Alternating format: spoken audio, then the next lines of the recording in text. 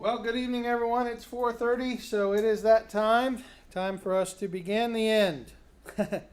This is our final class in our introduction to Christian ethics.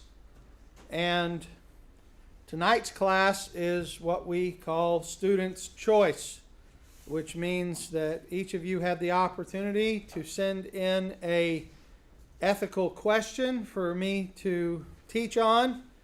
And I have in front of me 7 specific questions that were provided. Some of you provided them, some of the online students provided them. If you did not get your question to me, or if it's not on my list here and you sent it in, I want to begin by saying I apologize. People sent them in different ways. Some emailed them, some messaged me. So I kind of got this sort of hodgepodge of having to drag out and look. And even you, like we talked the other day, you gave it to me in person and I typed it into my phone. It's in here though. Your question's in here. So next time I do this, I'll make it more standardized, but I did the best I could. So I have 7 specific questions. If we did not include, if you're in person and we did not include your question, I'll try to save some time at the end to go over that as well. And once we take our break, after we take our break, we're going to come back and talk about the final exam, which is the final project, which is, I have a printed copy here. You still have to do it digitally. You have to do it online, but you can have a handwritten or a printed copy if you want to take it home and use that to practice with before you take the actual digital test. So let's begin with a word of prayer. Father, we do thank you now for the opportunity to be here in this class. We thank you for loving us and giving us your word by which we can measure all things and come to ethical determinations and decisions. I pray, O God, for clarity. I pray that this class will have benefited us in how we search the scriptures to find truth. And Lord, that where those areas are where there are difficulties in finding the right answer, help us to not let us come to the conclusion that you don't know what the answer is, but Lord, that we might seek your heart and mind, knowing that you always know what is right. And we pray and ask that you be with us now as we study. In Jesus' name, amen. Over the past 7 weeks, we have looked at a variety of ethical issues. In week 1, we asked the question, why do we study ethics? We said it was to help us conform our understanding to the perfect standard of God. We asked the question, what is goodness or virtue? We said good is ultimately God. God is the standard of all goodness, and therefore when we seek to determine what is virtuous, it is against him and him being the standard. We talked about, in the second week, biblical law and different perspectives on biblical law. We talked about the Torah observant groups, the tripartite groups, the theonomic groups, and New Covenant priority. We talked about those who would argue that grace is an excuse for sin. And we talked about Romans 14 and how sometimes there are cases where certain things are subjective, meaning ultimately up to the individual, where he has to not violate his own conscience. In week 3, we looked at life ethics, which included abortion, reproduction, and genetics. In week 4, we looked at death ethics, which included suicide, euthanasia, and capital punishment. In week 5, we looked at war ethics, which included pacifism, just war theory, personal protection and defense. Week 6, we looked at sex ethics. A little slip of the tongue there. We looked at marriage and divorce, fornication, adultery, polyamory, and what's sometimes referred to as alternative lifestyle issues. And then last week, we looked at money ethics. We looked at poverty as a virtue, which some people claim that poverty is a virtue, economic systems, and then work and vocation. So that leads us up to tonight. We've covered a lot of ground in only the past 2 months. And I hope that you have not only listened to the lectures in class, but I hope that you've also been doing the reading, because the reading should be helping you fill in some of the gaps. We only have an hour and a half in class, so reading helps you fill in the gaps. And I would wonder, what you thought of the textbook, and I'll give you an opportunity if anybody wants to share what were any thoughts that you've drawn from the textbook readings. Thought it was helpful? Okay. Yes. Anything specific? It had a lot of different information in it, Okay. like to do with abortion and if a sick person's sick, Yeah. what are you gonna do with them if they're elderly and they want to make their choice? Yeah, certainly presents you with a lot of different thoughts on these different Yes. subjects and different things you have to do. Yeah. Was there any areas you disagreed with the book? Maybe. That's a good question. Did anybody come? Did you read anything where you said, I don't know if I would go there, or maybe found something that was disagreeable? Okay. When if you're online listening and you did, please leave a message for that. I'd love to hear your thoughts on that.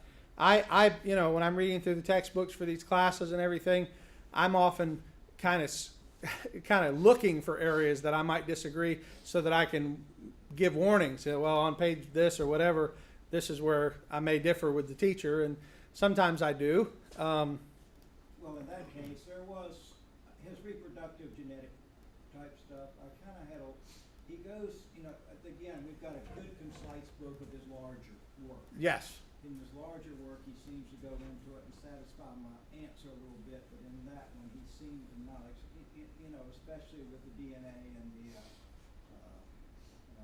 it slips my mind what I'm trying to think of now, genetic engineering. Yes, genetic engineering, for sure. He seemed pretty passive. Sure. About that. Not real dogmatic, which I am. Sure. So that's a little bit of disagreement there. And some of those questions, and I agree with you, I would have strong opinions on them. Some of them, though, are so new in the sense that these questions have only been around for a few years, in the sense that, even one of the questions we're going to deal with tonight, which is one of the questions that was submitted by a student, deals with in vitro fertilization. This is only really something that our generation and the generation before us have had to deal with. That's not something that our ancestors had to ask, because those types of technologies didn't exist. And as technologies grow, there's going to be more questions and wondering about: are we playing God? Are we diving in? Are we going to an area that we shouldn't go? And so, yes, absolutely. And that's what concerns me. We've got a generation that didn't know anything about it. Now we got a generation that's pretty comfortable. Yeah, just dove right in. So, Yep. Well, before we get to the 7 questions, and if no one has anything else from the book, I see AJ's looking at it, and if you had a thought. Yeah, well, to the previous point, I think it was also helpful to bring up the philosophical aspect of it, because it's pretty clear cut for us to discuss biblically why abortion would be wrong. Yeah. But it's also important to come at it somewhat understanding that people might not have this perspective and looking at it from philosophically what constitutes a person. Yeah. That was good. It's a good starting point. Yeah, as I said, the book is short, but I think it makes some good points and introduces some good concepts. And like you mentioned, Bert, there is a larger textbook that is certainly includes a lot more information. It is still a good book. Sure. Concise. So as we begin tonight to look at the 7 questions we're going to address, and by the way, if we go through these too quickly, which I don't suspect we will, I also brought the questions from the last class. Remember, I taught this class 2 years ago, and they gave me 9 questions that I have to add to our 7. So if we run through the 7 questions and we just get it snappy, then we'll have 9 more we can tackle. But I don't think we're going to. I'll be surprised if we actually make it through the 7 that we're going to look at. Yes. Will we be taking notes on these, or You don't have to. Tonight's a free, open discussion. None of this will be on the test. This is for us to have a conversation and try to apply. This is like a practice. This is almost like when you take a science class. This is like a lab, right? We're doing the work tonight, working out our thoughts. And with that being said, we have said from the beginning that the foundation for ethics is the character of God, Christian ethics.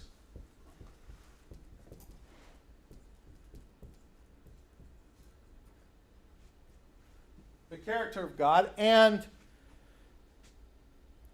there are two, if you will, subdivisions of this that we need to consider. And that is the idea of principles and virtues. I'm sorry, I did that wrong. It should be virtues. Virtues should be on the left. So excuse me. Virtues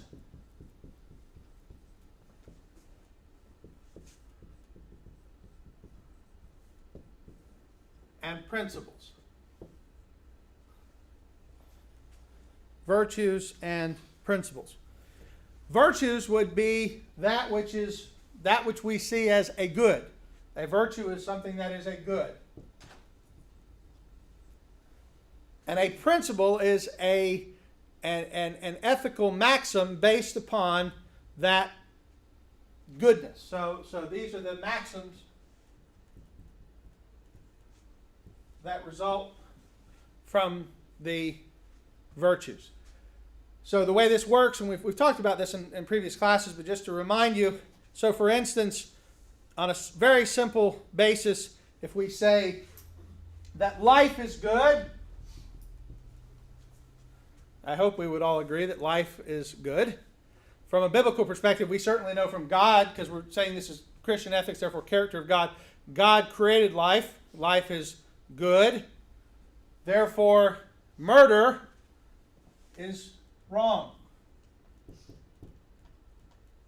All right, so that's how you start with the virtue. Life is good. Murder is a violation of God's character. It's a violation of that which is good. So another virtue would be something like private property.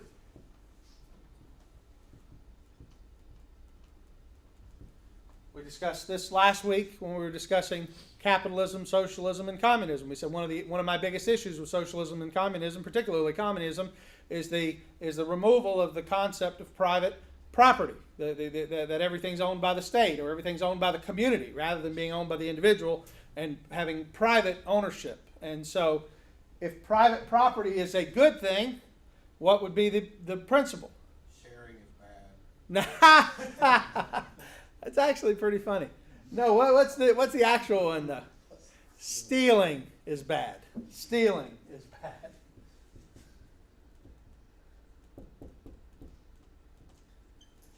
And we could do this all day. We could talk about different virtues. You know, truth is good, therefore lying is bad. You know, you just make yourself down the list. Well, this is the way that we're going to examine these 7 questions. We're going to say, okay, this question asks a question about some virtue. We're going to seek to discover what the virtue is and come to a consensus. Okay, what's at stake here? And maybe it might be more than one thing. The first question actually, I think, has more than one virtue at stake. And then you have the question, okay, so what's the principle that we draw from that? What law does God give regarding this, and what's it based on? Okay, so simple enough. Let's look then first at question number 1. And some of these I have reworded slightly. Some people sent in questions, they were worded a little difficultly, so I went in and reworded them. First one, is mandatory military service ethical? Is mandatory military service ethical? First, I want to just say the person who gave the question is a military veteran. So I don't know this for certain. It was Brother Mike Smith. He's in Arizona. I believe he's going to still listen to this class. Him and Miss Deborah will probably still hear this. So hello from Florida to Arizona. But the way that he asked the question seemed to me like he thought mandatory military service was a good thing. So I'm assuming that, though. I could be wrong. I'm basing that on just the way the question was proposed. And so we want to start with the question of, okay, what virtues are in play here? This is a little less easy than these. This one's a little more thoughtful. We have to kind of dig a little.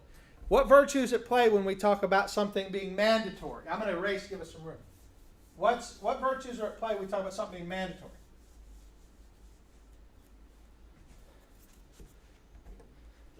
The fact that it's mandatory or the actual practice? Well, let's just deal first with it being mandatory, and then we'll get to the idea of ethics of war. But just first, something being mandatory, that would deal with what ethic? Or what virtue? Personal choice. Choice. Who said choice? That was what I have. I said it deals with freedom. Choice, right? So right away, when you talk about something being mandatory, you're automatically dealing with people's ability to make a choice, right? And a choice, at least from a simple perspective, the Bible clearly teaches that human choice is dangerous but good. It's dangerous, like we see humans make bad choices, but doesn't the Bible call us to make choices, right? Choose this day whom you will serve, right? We see that in Joshua. We see all throughout Scripture the command to make good choices, right? Which means we have the right, or the ability at least, to make choices. And so what's at play, and I'm going to put this next to the word choice, is the word autonomy, which means self-government, right? The ability to choose one's own, to will to do what one wants to do. One of the most difficult things I have outside of just the issue of private property in regard to communism is the other issue of lack of autonomy, freedom. You can't just do what you feel called to do or feel led to do. You have certain things that you can't do or you have to do based upon government oversight. And so this is the issue at play, is the issue of choice and autonomy. But we said mandatory military service, so there's other virtues at play. What's another virtue in that question? Defending the country. Yeah, the military is a good thing, right? We would say the government is called to bear the sword, right? We read that about Romans 13. So the government has a place. I would just say under virtues, military, and I'm just going to put equal a national defense. National defense is a good thing.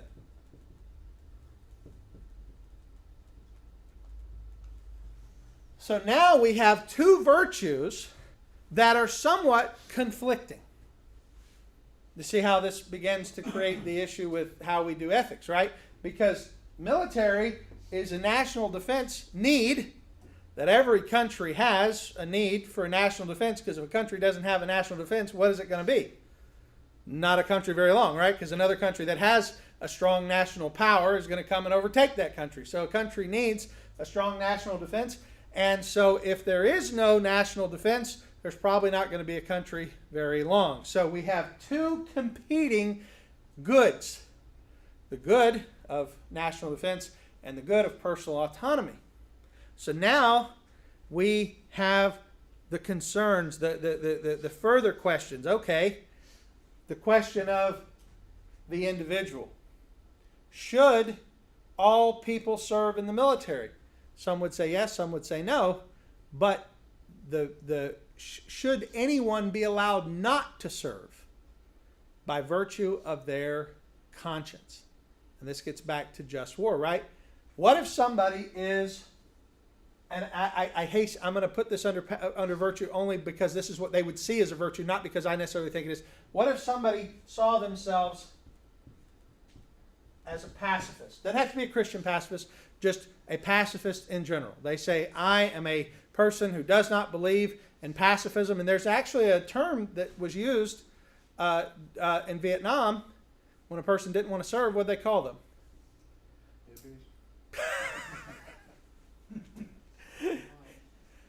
Conscientious objector. A conscientious objector. Meaning they looked at the conflict and based on their conscience, they could not support the war, and therefore they objected to the war they did not want to serve. Famous conscientious objector. Anyone have an idea? Mr. Ali. Mr. Muhammad Ali. Mr. Muhammad Ali made some very colorful statements regarding the Vietnamese and the Americans, and made himself a target of people who considered themselves patriotic because they felt like he was being unpatriotic by being unwilling to serve, right? And so that's a whole other part of the conversation. So how do we begin to narrow this down? The first thing I think we have to consider is we have to consider how these virtues become principles. Does a person who lives in a nation have responsibilities to that nation by being a citizen? So we all have citizenship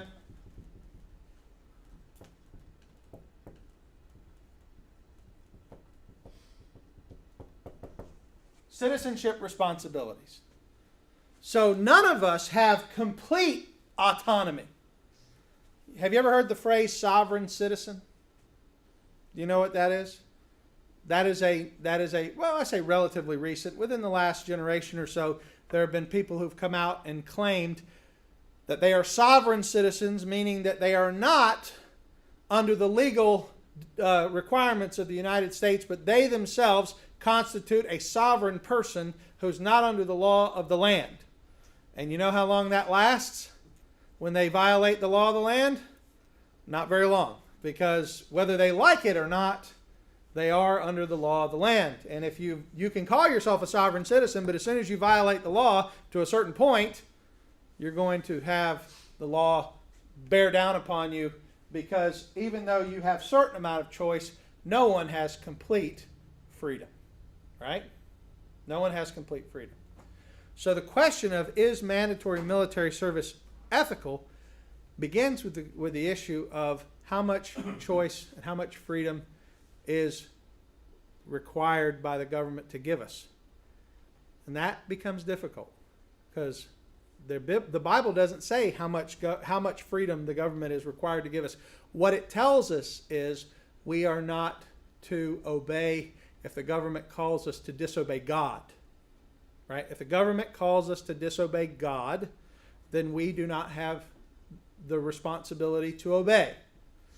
But other than that, if the government calls us to do something that is not disobeying God, we have to consider where that fits into our own ethical paradigm. I don't think it is right to send a pacifist to war.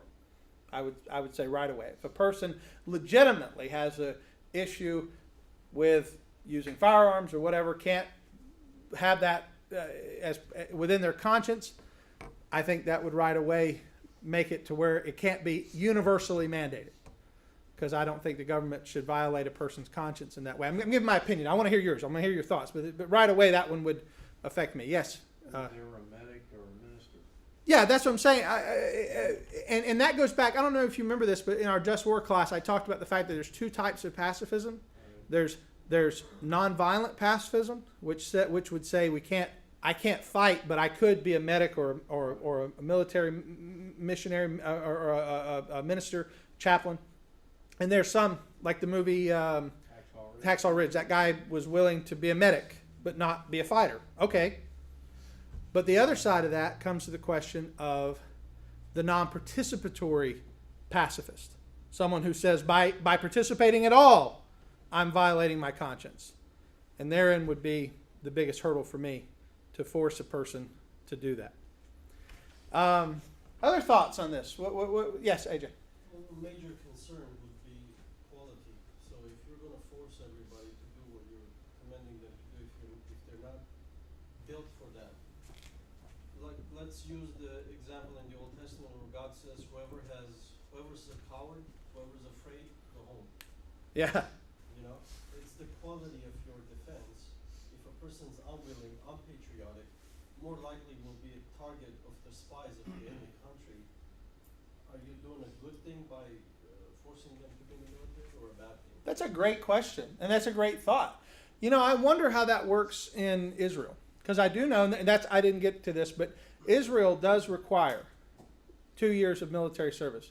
And what's interesting, they require it for men and women. Which to me, I haven't gotten there yet, but that's another issue for me. I don't believe military service should be required of women. But that, for me, is based upon a biblical principle that the people who fought in God's nation were always fighting men. Women and children and elderly men were not expected to fight. It was fighting men. And so I have that as part of my...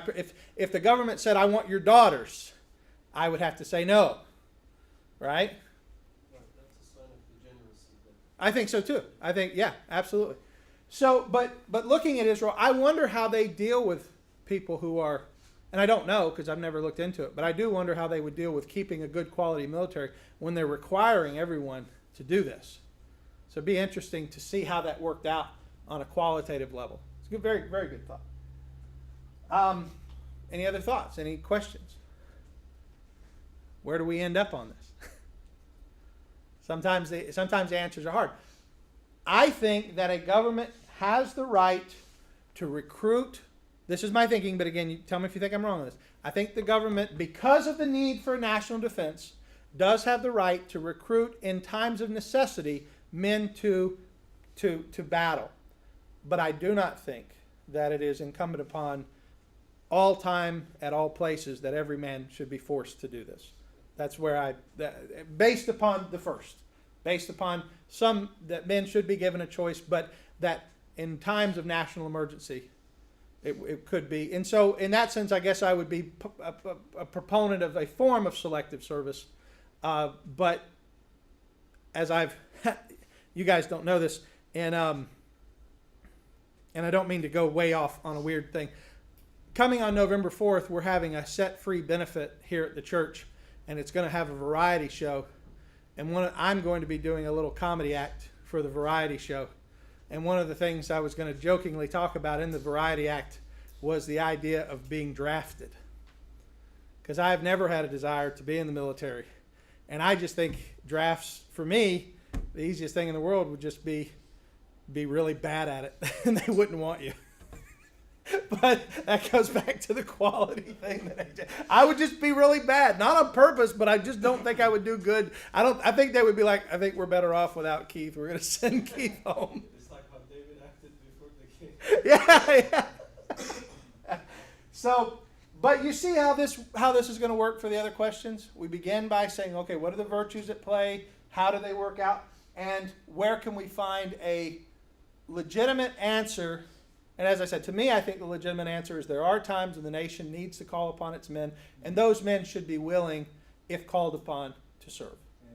So that would be where I think based upon, as long as, again, and this comes back to the question of legitimacy of war, right? If there is a sense in which we can't go because it's an ungodly thing, that comes back to, I'm not going to let the government force me to sin. So that's difficult too, because when we discuss the subject of legitimate wars, and we talked about that in our Just War class. So I know we didn't come to a perfect answer, but I hope that's helpful. Yes, you look like you have a thought, Bert. But choice and autonomy Yes. is what we would call freedom. That's Yeah, I should have wrote freedom up there. is Yes. what we would call freedom. Yes. You have to protect that in some way. I agree. Whether it's through legislation, but you're going to have to eventually come front to front with it. Like, we might have to fight this war. That's why we went to 1 and 2.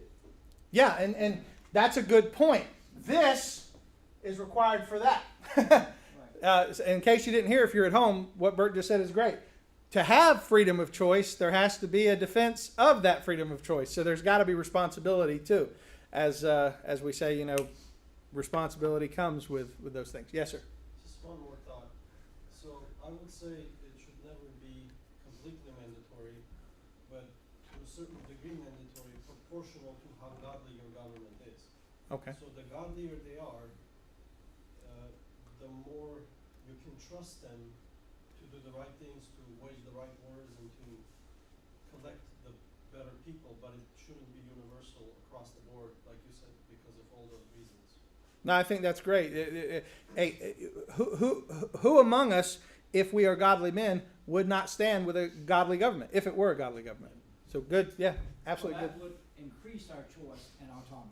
Yes, That would yeah, make us be more happier. indeed, Right. yeah. So that takes us out of question 1, and for time, we're going to move on to question 2. So like I said, I always thought this is the most fun class because we just really dive into some of these. Okay, now this next question was sent in by my buddy Claude. He's a pastor, and this question might at the start seem like it has a simple answer, but I want to dive deep into this as we think about it.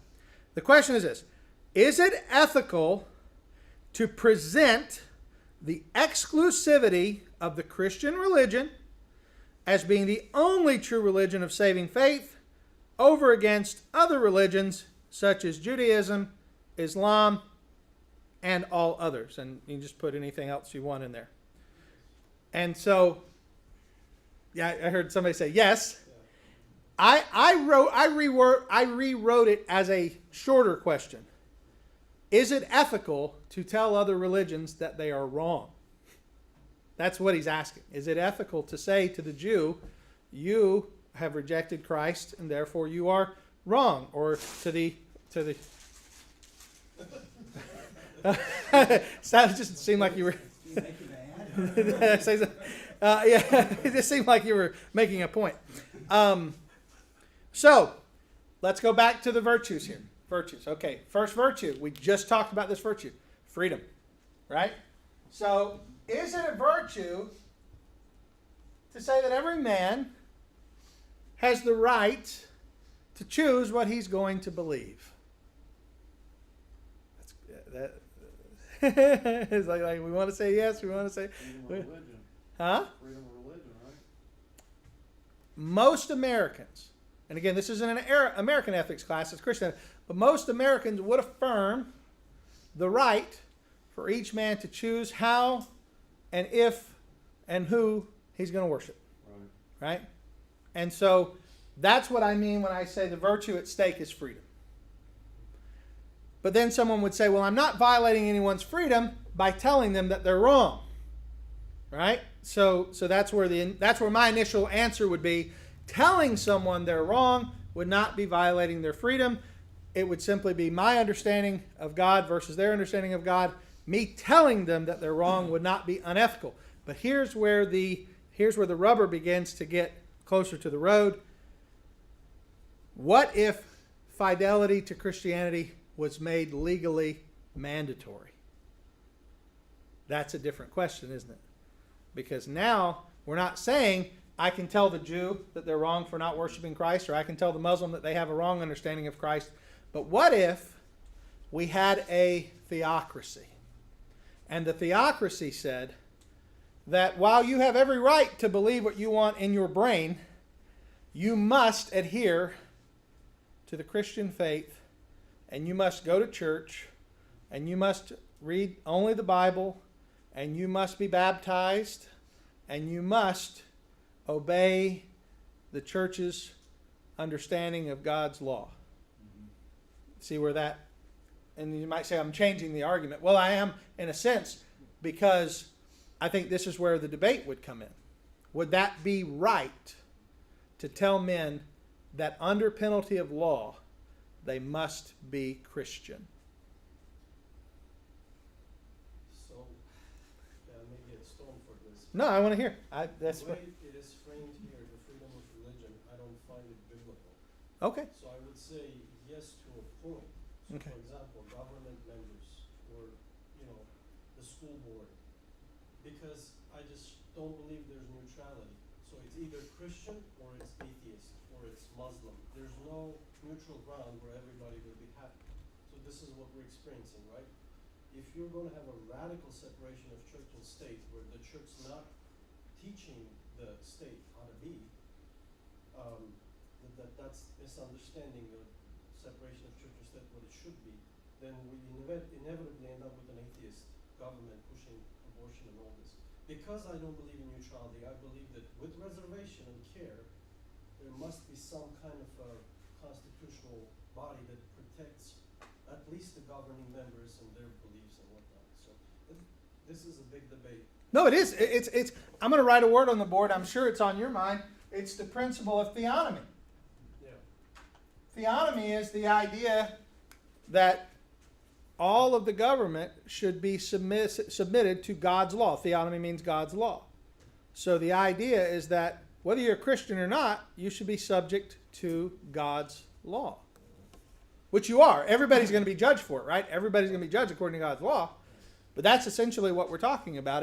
And I don't know if you and I have ever really discussed our views on this, but this is the big, when you talk about the big debate, Yeah. this is where it is. And there's different views. There's the Reconstructionist view and different things that come out on different places on this, you know. Because what happens, I know you want to say something, Bert, let me just finish my thought. What happens is you end up with questions of like, okay, well, what about the issue of like something like homosexuality? Okay, right now, it's against the law in certain places. They still have sodomy laws on the books, but in general, it's overlooked. It's not enforced. But what if it were enforced? Would we be in favor of homosexuality as being not only a sin, but a law? But the point is that if it's not, then the Christianity is being outlawed. It's either or. It's not, I get what you're saying. No, you're right. And so I love that you said there's no neutrality. I say that all the time. It's Christ or chaos. It's not that you have Christ and other potential good. That's right. What were you going to say, Bert? My question would be then, you say there should be some kind of governing protection. So how do you view the Constitution? That's just... yeah. Question for people at home who maybe couldn't hear Bert. Bert asked the question, where does the Constitution play in this, or how do you view the Constitution in this regard? Okay. The Constitution, as understood by the founding fathers, I think is pretty good overall. I mean, we can discuss some of the details. That's why I said there should be some form of religious freedom, but not a total, because there's no neutrality. But overall, I agree with the Constitution, except some details. But Pastor, you feel like, the Constitution, when it was developed, we just had Christian beliefs more or less. Now, they may have spread out to some little radical beliefs, but Yeah. normally we didn't have Hinduism and Buddhism, all this other blend, I guess, of cultures and things then like we have now. Sure, the men who wrote the Constitution, though not all of them were Christian, they had a more ingrained biblical worldview. And that, I think, goes back to even AJ's point about the neutrality. It's two worldviews. It's either a biblical worldview, where there's a God who makes laws and we must obey those laws, or a atheistic law or worldview which says the universe is chaos, right? Or any other form of, religion. So yes, we can argue the benefit, or not the benefit, the reality that the founding fathers were dealing in a much different framework than we are now. We live in a syncretistic world where all religions are seen as being equally valid and equally valuable. And certainly that's not true. And that goes back to the question that Claude asked. Is it right to tell them it's not true? That's why I say absolutely we have to. We have to say that these other religions are false and damnable and dangerous. And some would say that's unethical, but I would say we have to be able to say that. The question is the mandating of it, I think. Yes? We're called to share the gospel. Mm-hmm. The Bible says, we're supposed to share the gospel. We're supposed to witness to other people. We don't have to force it down people's throat. God's the one that makes believers. Mm-hmm. Like Paul planted, Apollos watered, and God gives the increase. Sure. I think, and while I would agree that we can't force anybody to be a believer, where we're talking about is the issue of what standard the government governs under. So that would step away from that slightly, but I understand what you're saying. And that's where I say we can in no way, shape, or form mandate Christianity as a faith, because you can't make somebody believe. You can't give someone faith. I can't make someone elect. And so that's something. And I know we've gone beyond what Claude has asked here. I think, would we all agree that it's not unethical to tell someone that Christianity is true and other religions are false. We all agree with that? Okay. That part we have. And then, like I said, and I took it to a strange place when I went to, theonomy, because, like I said, let me add one other thought to this. The danger of going too far another direction is the danger of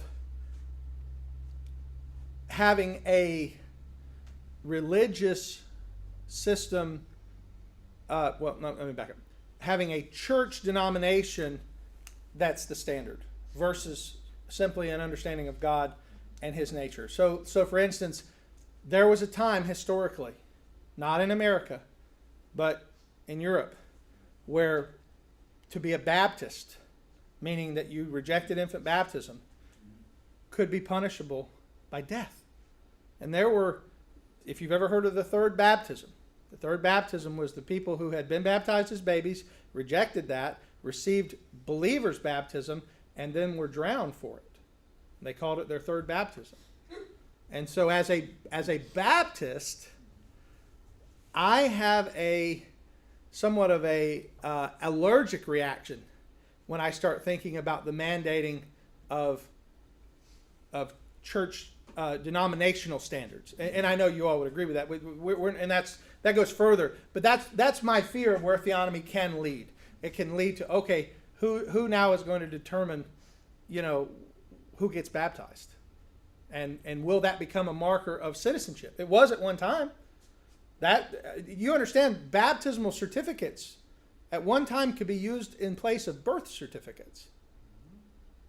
Legal documents, because the church baptized who? Infants.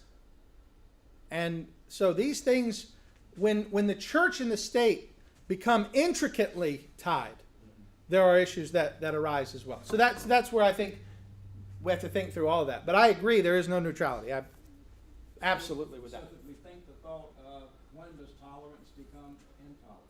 Yeah, and the people who call for tolerance often become very intolerant. Very intolerant, very much so. All right, so moving to the third question, as we spent a lot of time on the first two.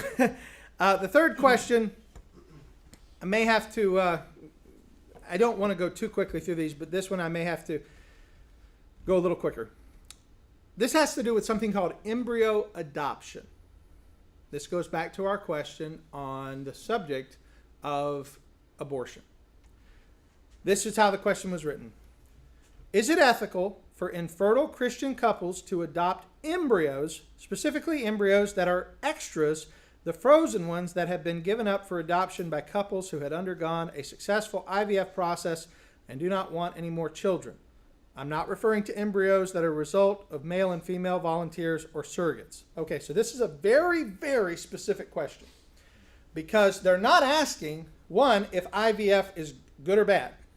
They're not even asking if the use of embryos is good or bad. What they're saying is, because these embryos already exist, they have already been fertilized, they're already frozen and ready to be implanted, would it be better to discard them or to allow them to be adopted? See, and that's where the difficulty lies, because I'm going to share just a little bit on this. I know somebody who's gone through this, and the way he described it to me was like a pre-orphanage adoption. Because he says the child exists, the child is there, it's already been fertilized, and as the embryo is created, we are taking that child and adopting it in the same way if I went to an orphanage and there was a living child who was 2 years old and I adopted that child. So that's how he sees it. And that's the question of whether or not this is a good or bad. Now, I right away, the virtue at stake is life, right? Right? We said life is a good. And so the principle becomes the principle of, would it be better to terminate that life or to allow that life to be adopted? I mean, it seems to me a fairly easy answer, but then you have to step back and go even further into the question, is the question of, does adopting embryos support an industry that's engaging in the destruction of life?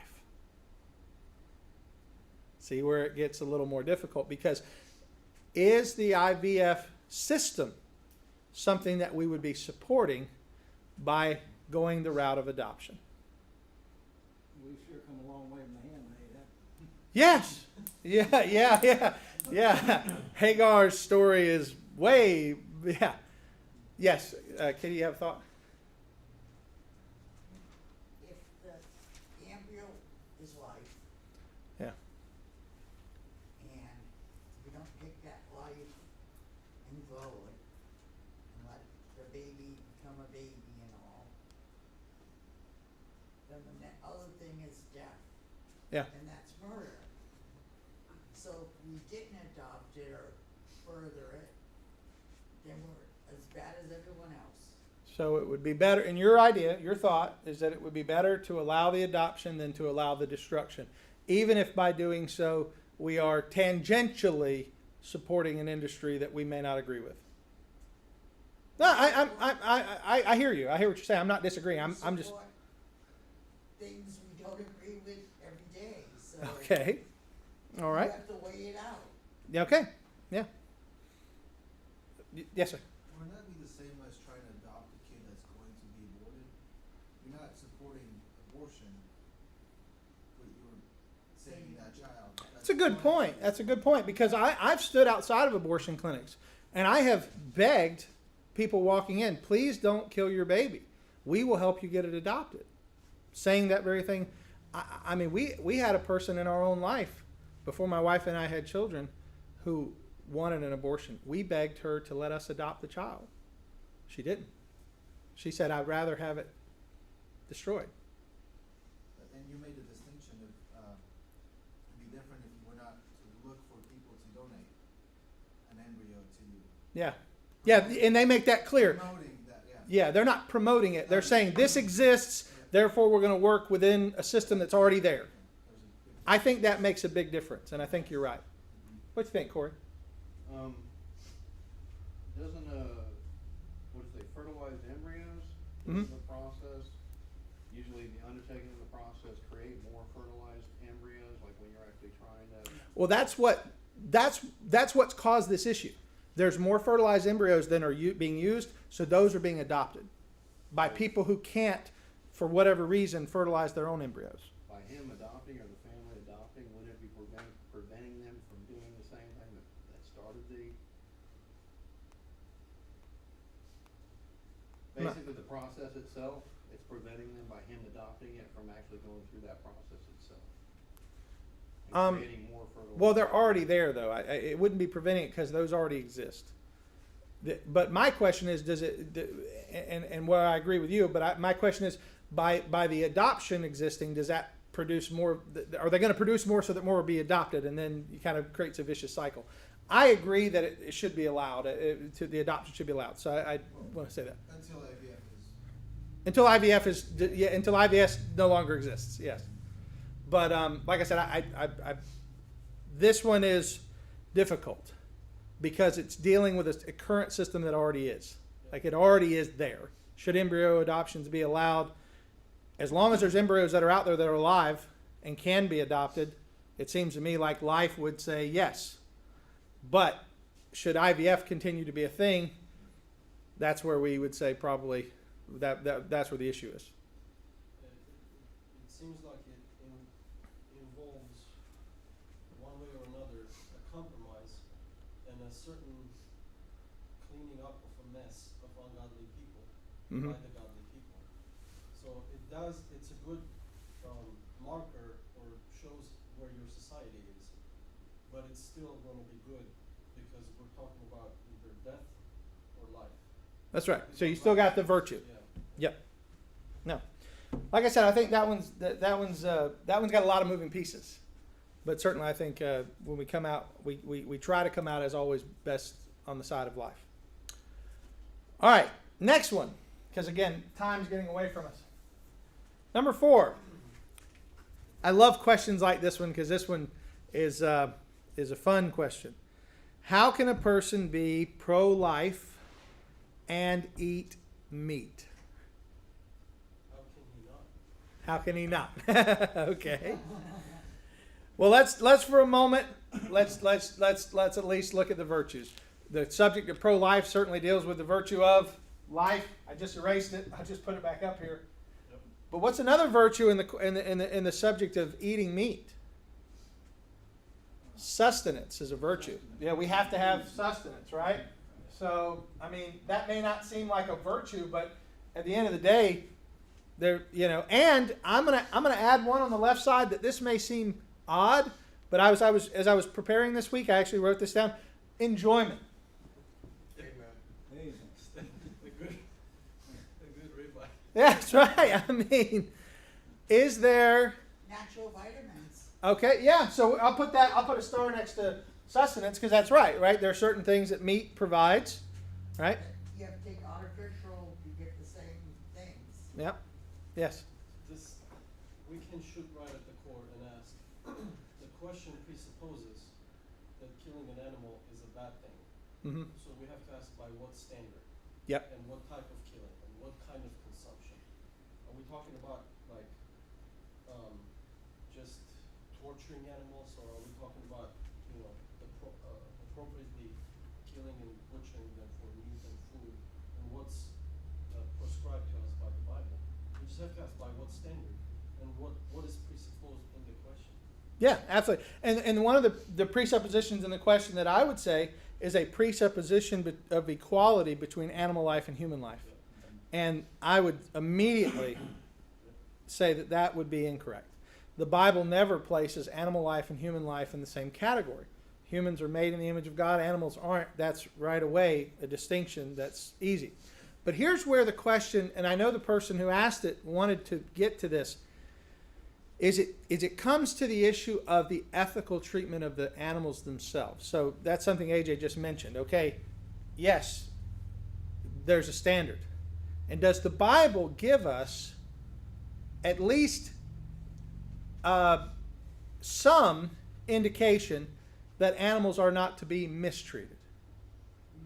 Yes, the Bible clearly has passages which talk about that. So a principle, we talk about life and all this, one of the principles regarding this would be mistreating any of God's creatures. So we could say mistreatment. We know there's not equality between humans and animals, but animals do have a creative value. They're made by God, and therefore they shouldn't be mistreated. Is eating them mistreating them? Some would say, PETA would certainly say yes, eating is mistreating. But the Bible doesn't make that connection. The Bible doesn't say that using an animal for food is mistreatment. What's your thoughts, Bert? You gotta. Well, first of all, it says every living thing that lives shall be food for you. Absolutely. The Bible gives us clear indication. That's Acts 10, right? But, right. Yeah. But at the same time, many times hunting is put so there won't be an overgrowth of these animals, which is one thing PETA fusses about all the time.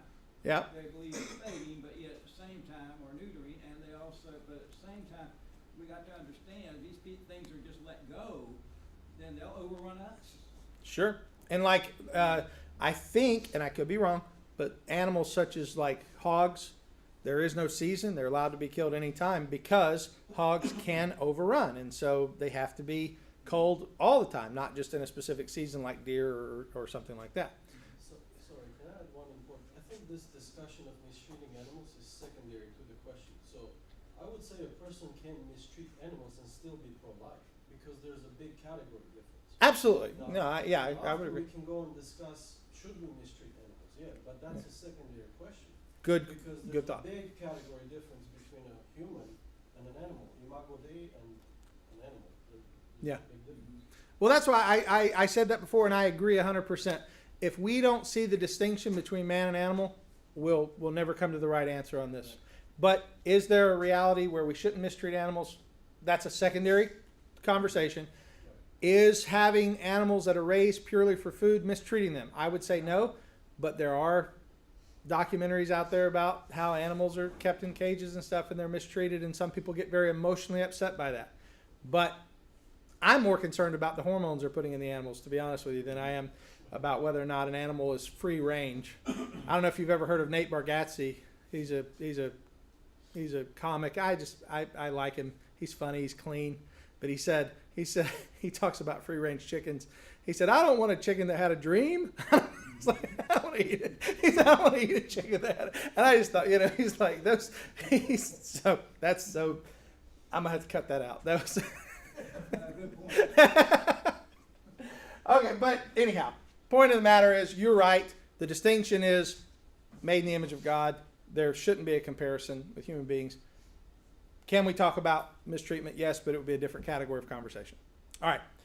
Number 5. This one is a long question, but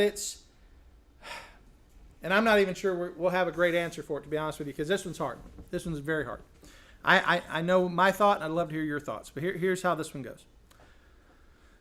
And this gets to your class, Bert. This comes almost directly from what you dealt with. Terminally ill parent. Okay?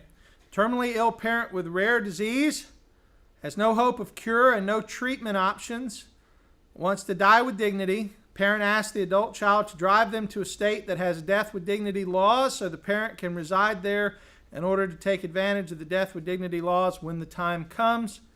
Is it wrong for the adult child to drive them and help them move to a state knowing they're seeking euthanasia? All right, I'm going to let Katie go, or Kitty, ladies first. Kitty.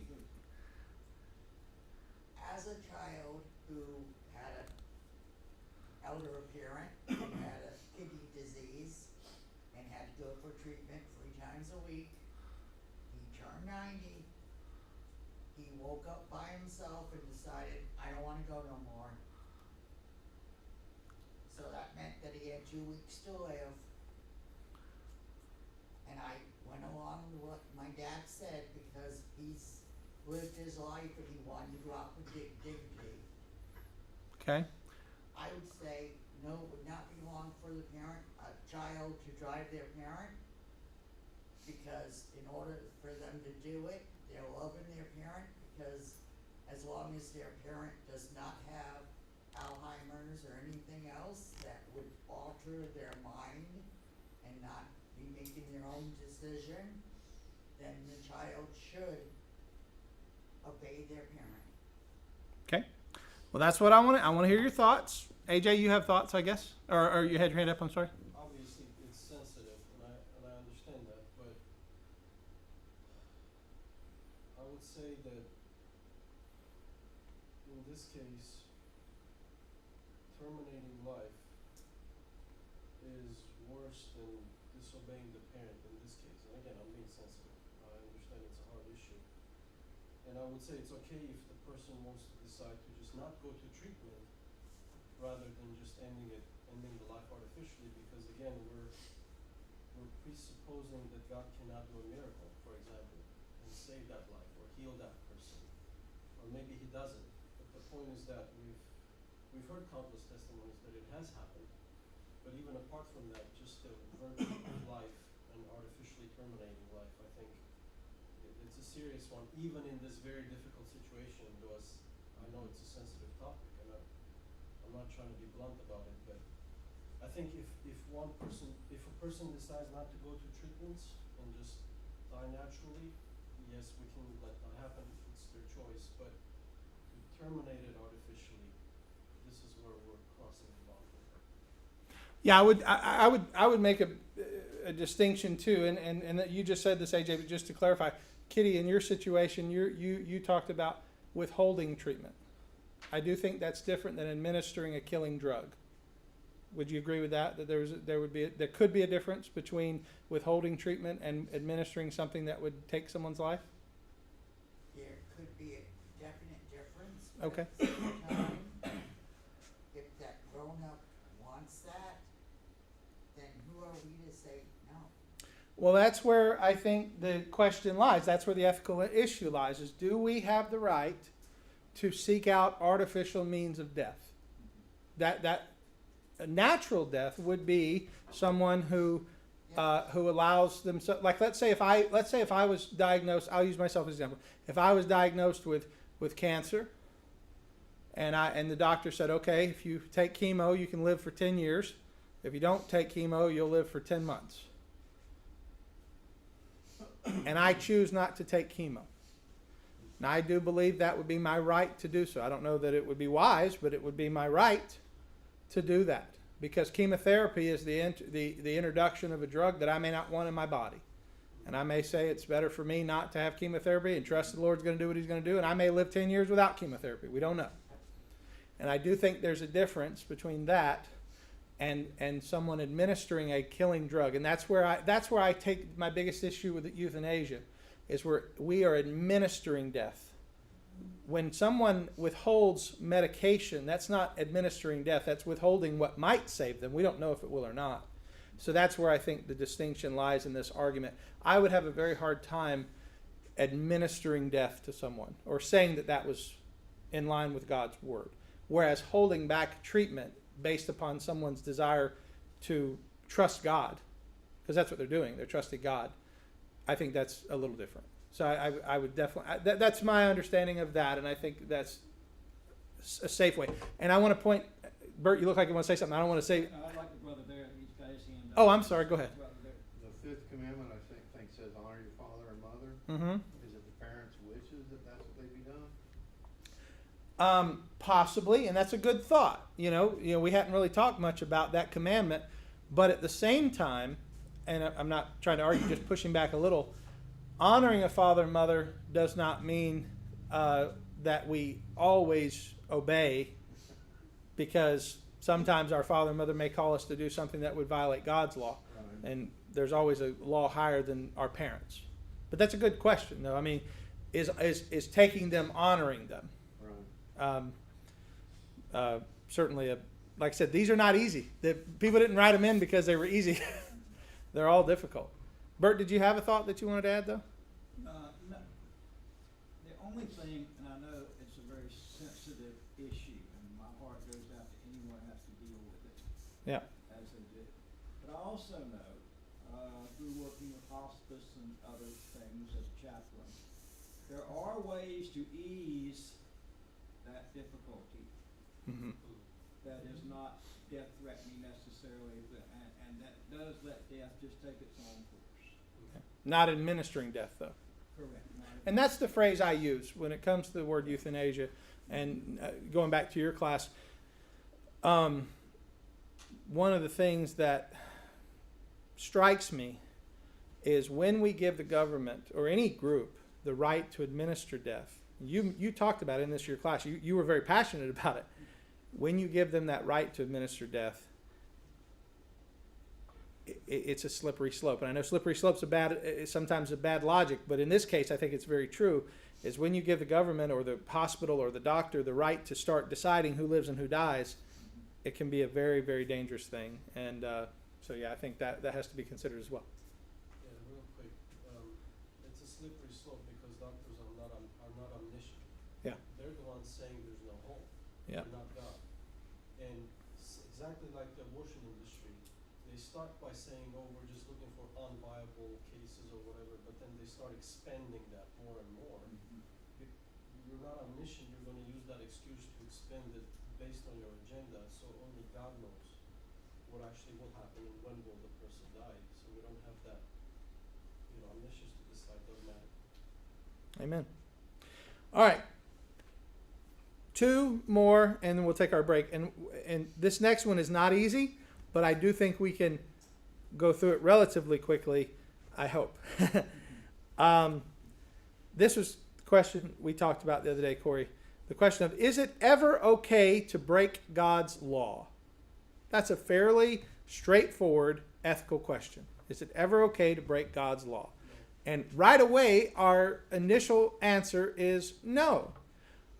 But here's where I'm going to ask it differently. That you asked it to me, is it ever okay to, or Mark asked, is it ever okay to break God's law? I would add it this way. If you were only given 2 choices in a situation and both would require breaking God's law, would you be absolved by choosing the lesser of 2 evils? That's what typically is the issue. It's are you absolved because you chose the less evil rather than the greater evil? Charles Spurgeon is often quoted as saying, given the choice between two evils, I choose neither, which sounds very good. I just know that it's very difficult to consider that never in his life did he have to make a choice where it wasn't the lesser of two evils. I don't know. I didn't live Charles Spurgeon's life. But that's his quote. So we'll leave it be. He said, given the choice between two evils, I choose neither. I do know this, Jesus Christ lived for 33 years and never did evil. Never did evil once. And so that has to be considered as well. When we think of this question, and it's not, I want to hear your thoughts, but I want you to hear my thoughts. I'm not trying to influence you, but I've thought about this a lot, because even though it's, is it ever okay to break God's law? It's sort of a simple question, but it's a very multi-layered answer. Because when we talk about virtues, we're dealing with God's nature. His law reflects his nature. So we're asking the question, is it ever okay to violate God's nature? Right? Is that ever right? And what we have to understand is that oftentimes behavior is predicated by motivation. So for instance, one might argue that Corrie ten Boom broke God's law when she lied about having Nazis in her closet or in the walls in her home. But was it truly breaking God's law? That's where the question becomes. Has she truly broken God's law? Is deception not expected in wartime? And so is deception not a part of war? And therefore is that truly a violation of how the ninth commandment words bearing false witness against neighbor, right? And so that's often the one that people bring up, right? Is the question of, okay, if somebody broke in my house and said, where are your children? And you lied and said they're in the bedroom when you knew they were really in the closet, would that be violating the ninth commandment? It is my understanding that it is not a violation of the ninth commandment. It's not the lesser of two evils at that point, but it's a positive good. It's a virtuous thing to save life. And so that's the way I understand that. But it does become difficult. It does become difficult when we begin to really get down to the question of, voting, right? Have you ever truly voted for somebody that you believed in? Or did you always choose the lesser of two evils? I hate to say that, but I mean, I've never once felt great coming out of the voting booth. Not once in my adult life. So that's where this comes down. Thoughts, please? So is the answer, or the ethical answer, when the good outweighs the bad? I think the answer is it's never right to violate God's nature, because God's law is based on his nature. And so my answer would be simply that it's never ethical to violate God's nature. And I don't think that's what Corrie ten Boom was doing. I don't think she was violating God's nature by saving life. And he most definitely values human life. Yes. By the highest of it. Yeah. And so where this would be more difficult, Mark, would be is if you presented us with a specific ethical instance where we said, okay, we had to do this versus that, and that might be where it would be harder.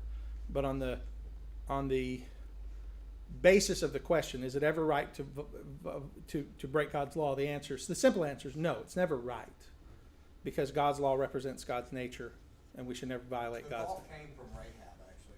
Sure, and Rahab's a little bit more of a difficult situation.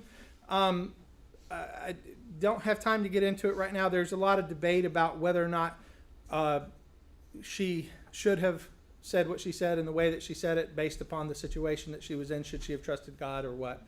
I think in Scripture the Hebrew midwives would fit more into the category.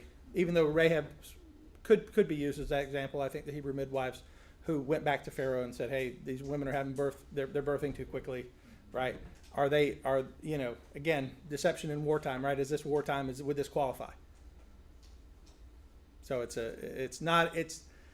I'm not saying it's easy. I'm not saying I hope I'm not seeming like I'm shirking the question. I just know this. What I often see, and I know this isn't you, but what I do often see is people will try to use those examples as ways to say that God's law is not absolute. I know that's not what you're doing, but that's what the danger is. We say, okay, well these specific instances exist, therefore God's law is not absolute. But I think God's law, based on his nature, is absolute. It is true always. I don't think I satisfied you at all. But anybody else anybody else thoughts? Yeah, I agree with you that when whatever's told the lesser evil, Yeah. if it's used in the right way, it's not evil, it's a positive virtue. Yeah. Because, again, biblically speaking, the Hebrew midwives, God didn't tell them, hey, good job choosing the lesser evil. He praised them for what they did Yeah. as a positive virtue. And yes, is it necessitated because of the fall to use that kind of a method? True. But it becomes positive, even given the fall, when you're, saving life by lying, because, it's just the world we live in. Yeah. And again, coming back to the what constitutes bearing false witness? What constitutes a lie? And how do we understand that? That's what I mentioned to you that the other day. How do we understand the idea of deception and lying? And in that case, is it the same? Let me ask the question real quick. And instead of making it God's law, when you say God's nature, instead of looking at right and wrong, we're looking at what's good in his sight. Yes. Yeah, that's a good thought. To say that what reflects his nature? What action would reflect God's nature? And that's where a lot of people, when they're choosing the less of two evils, they're not seeking to reflect God's nature. They're oftentimes just choosing whatever they think is best at the time. Right. Yeah. Last, and this one I'm unfortunately, because of time, because we've gone past break time, and sorry about that, but let's just finish up, because this last one is the last question asked this: dive more into the biblical ethics between pro-life movement and abolition. That's what I was asked. Here I have, and I'm happy to send this out to anybody who wants it. If I can post it on the website. Here's a quick breakdown of how pro-life and abolition see the distinctions. The primary difference, according to this, is that abolition flows from a biblical worldview and pro-life flows from a humanistic worldview. Now, that's the argument of the the abolitionist movement. And if you see the picture here, the picture is one person is pruning the tree. They say that's the pro-life is pruning the tree, and the abolitionist is chopping at the root. And I think that's a pretty good picture of the distinction. But what I want to recommend to you, if you want to go further with this, and the person who asked with this was an online student, if you want to learn more about this, go to Abolitionist Rising website, and you can read this section and see this picture and learn more about it if you want to dive deeper. Essentially, the difference, as I see it, is the difference of compromise. Whether or not we're willing to say certain abortions should be allowed, but not all. Abolitionists would say no abortions at all. And so that would be the distinction. And like I said, time doesn't allow us to get too far into that. But if you want to dive deeper, go to Abolitionist Rising and read that. Okay. All right. So for the last few minutes, I want to talk about our final. The final examination is 26 questions. Now, that's only half the questions that you had last time, but here's the difference. Last test you took for the last class was 50 questions. This test is 25 graded questions and 1 essay question.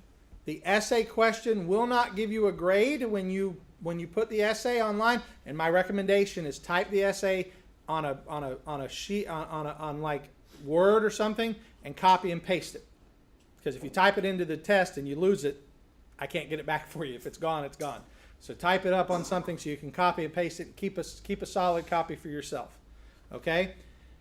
You have 26 questions. Some of them are directly taken from the quizzes you've already done. So they're not all, some are fresh, brand new questions. Some are reworded questions from the quizzes. but it's 26 questions based on all of the classes you've taken, and then one essay question. And the essay question, because it mixes the tests, it mixes them up. If I give you a copy, and I'm happy to give everybody a copy of this who wants it,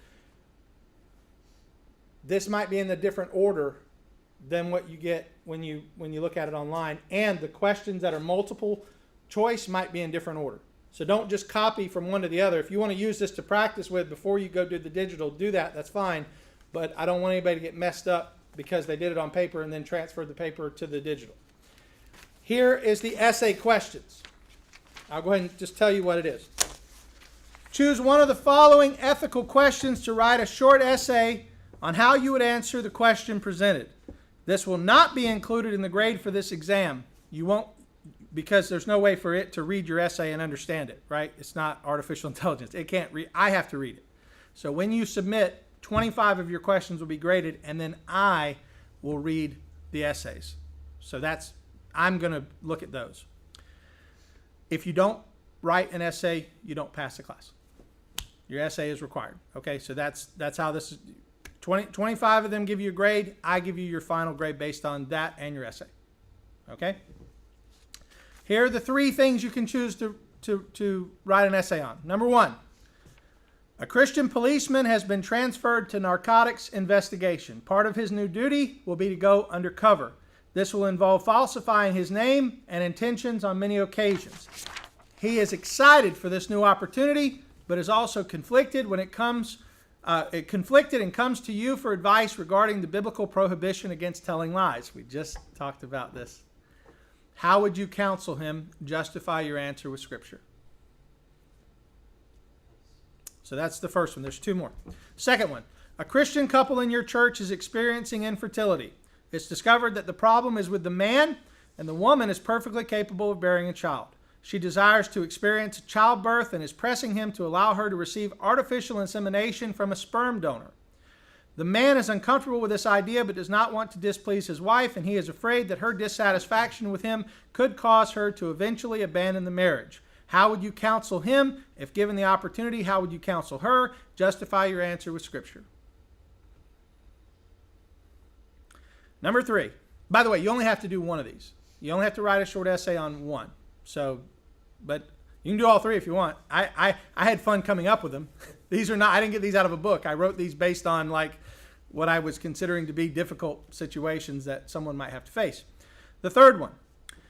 A family in your church has a son who is living with his girlfriend. They are not married and have no intentions of marriage in the immediate future.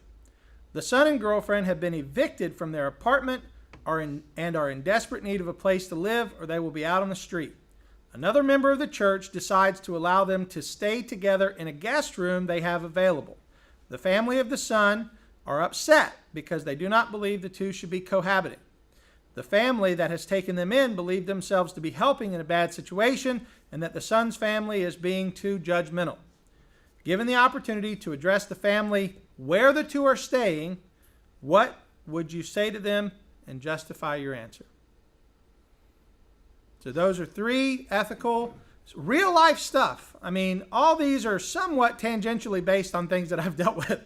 So like I said, I wrote all 3 of these sort of having dealt with similar things in 20 years of doing ministry. You know, you'd be surprised some of the questions that we face. Yeah, I'm write a book, I'm sure.